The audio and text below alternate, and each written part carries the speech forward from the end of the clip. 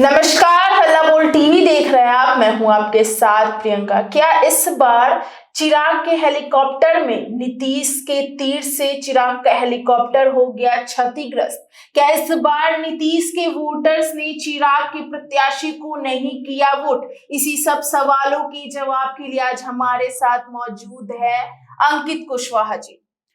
सबसे पहली बात जो आपने बोला कि क्या चिराग का हेलीकॉप्टर जी नीतीश के तीर से क्षतिग्रस्त हो गया, बिल्कुल। तो बिल्कुल प्रियंका, इस बार विधानसभा चुनाव 2025 जो अभी हुआ 14 तारीख को इसकी मतगणना है जी। इसमें नीतीश कुमार ने 2020 विधानसभा चुनाव का बदला चिराग पासवान के एलजेपी रामविलास से ले लिया है। जी जिन जिन विधानसभा चुनाव सीट पे एलजेपी के कैंडिडेट खड़े थे, वहां पे जेडीयू के समर्थक उनको खुलकर सपोर्ट नहीं किए। अच्छा। उसी का नतीजा है कि इस बार लड़ झगड़ के एलजेपी के चिराग पासवान ने तो एनडीए से 29 सीट ले लिया, बिल्कुल, लेकिन उसमें मात्र 1 से 2 सीट पे ही वो चुनाव जीत रही है। एग्जिट पोल के अनुसार जितने क्षेत्र पे हमने घुमा, समस्त बिहार में हमने सर्वे किया, घुमा, उस हिसाब से हमें ये लगा कि चिराग के एलजेपी मात्र 1 से 2 सीट पे ही चुनाव जीत रही है, सिमट रही है।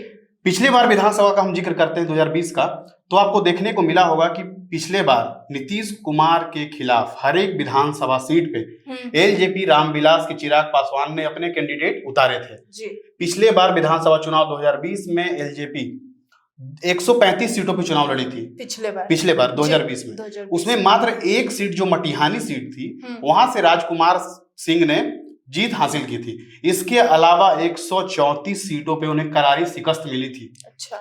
ऐसे में क्या हुआ कि वो खुद तो लड़े, 135 सीटों पे उन्होंने लड़ा, इनका गठबंधन था बीजेपी के साथ, नहीं हो पाया जी। ऐसे में उन्होंने बीजेपी के खिलाफ कोई कैंडिडेट नहीं उतारा जी। एलजेपी रामविलास चिराग पासवान ने मुख्यमंत्री नीतीश कुमार के जितने भी कैंडिडेट थे, जहां जहां जेडीयू चुनाव लड़ रही थी, वहां पे उन्होंने अपना कैंडिडेट दिया।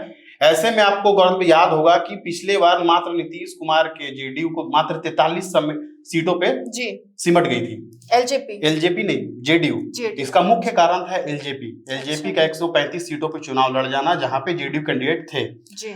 उसके गौरव ये देखने को मिला कि मटिहानी सीट के अलावा वो एक भी सीट नहीं जीत पाई, और उसी का नतीजा है कि इस बार नीतीश कुमार के तीर ने आपके एलजेपी के हेलीकॉप्टर पे निशाना साध लिया है, और उसमें कोई भी सीट, 1-2 सीट छोड़ के वो कहीं नहीं चुनाव जीत रहे हैं। तो 2020 का जो बदला था वो नीतीश कुमार के तीर ने ले लिया है इस बार आपके चिराग पासवान से। पिछले बार, इस बार जो 29 सीट पे चुनाव लड़ रहे थे एलजेपी, सबसे पहले तो वो 28 सीट हो गई, क्योंकि चुनाव होने से पहले ही उनका 1 सीट सीमा सिंह का जो था वो नामांकन रद्द कर दिया गया।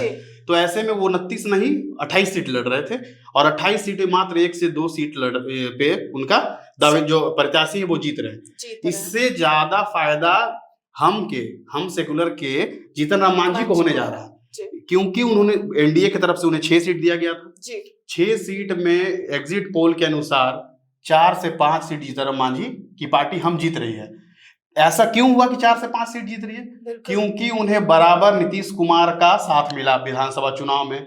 वो प्रचार करने गए, जहां भी हम के कैंडिडेट थे, वहां जेडीयू ने संभवतः अपनी जी जान लगा दिया, तन मन धन से हर प्रकार से जेडीयू के समर्थक लगे रहे हम के लिए। इसके विपरीत हुआ एलजेपी के साथ उनके जहां भी कैंडिडेट खड़े थे, उन 28 सीट पे कहीं पर भी जेडीयू का साथ नहीं मिला। जिस प्रकार से एक महागठबंधन में, चाहे वो एनडीए अलायंस हो या ये महागठबंधन अलायंस हो, सारी पार्टियां एक साथ लड़ती है चुनाव।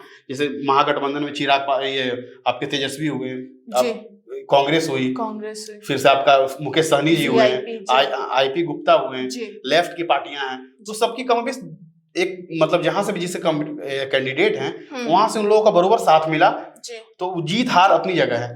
ऐसे में आपको देखने को मिलेगा कि एलजेपी को इस बार चुनाव 2025 में काफी हानि पहुंचाया है जेडीयू के लोगों ने।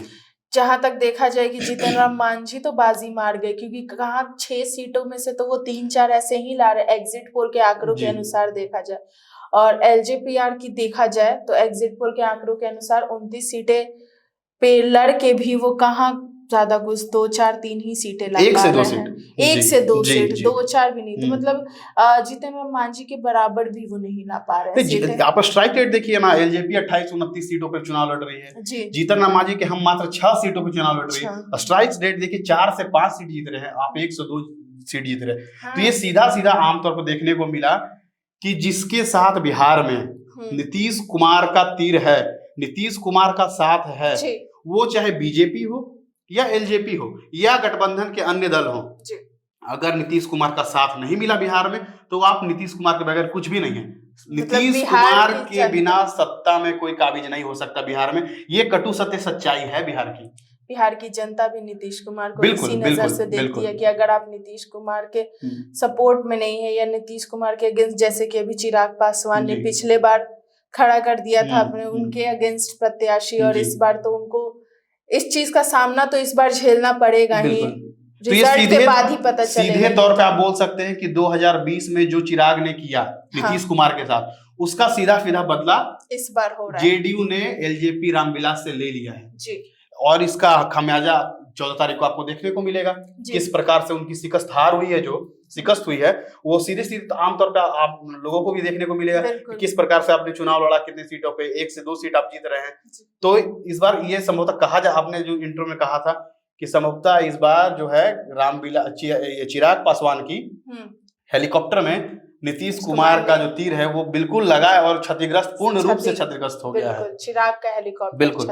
और संभवतः ये कहा जा सकता है कि जिस प्रकार से जेडीयू की 2020 के मुकाबले इस बार काफी सीटों में बढ़ोतरी होगी। 43 सीट पे पिछले बार जेडीयू के कैंडिडेट जीत के विधानसभा पहुंचे थे, इस बार कम से कम 60 से 65-70 सीट, 60-70 सीट पे जेडीयू चुनाव जीत रही है इस बार। बिल्कुल। बीजेपी का क्या नतीजा है? बीजेपी का स्थिति का अवेश जो एग्जिट पोल अभी तक हम लोगों को देखने को मिला है, 17 से 18 लोगों जो आया है एग्जिट पोल, उसमें एनडीए की सरकार बिहार में बनती नजर आ रही है अभी तक। एग्जिट पोल, हाँ, अब एग्जिट पोल कितना वो प्रतीत होता है सीटों में, वो तो मतगणना के बाद ही जानकारी मिल पाएगी इसकी। जी, 14 नवंबर के बाद ही वो चीज पता चल पाएगी। 14 नवंबर के बाद पता चल पाएगी। जी, बहुत बहुत धन्यवाद। तो सुना आपने कि किस तरीके से नीतीश कुमार के तीर ने चिराग पासवान के हेलीकॉप्टर को पूर्ण रूप से क्षतिग्रस्त कर दिया है। लेकिन जो एग्जिट पोल का आंकड़ा है वो तो एग्जिट पोल के हिसाब से है, लेकिन इस आंकड़े में कितनी सच्चाई है ये तो रिजल्ट के बाद यानी 14 नवंबर के बाद ही पता चलेगा। हालांकि आपकी क्या राय हमें कमेंट बॉक्स में बताएं। फिलहाल इस पेशकश में इतना ही। आगे की खबर देखने के लिए बने रहे हल्ला बोल टीवी के साथ। धन्यवाद।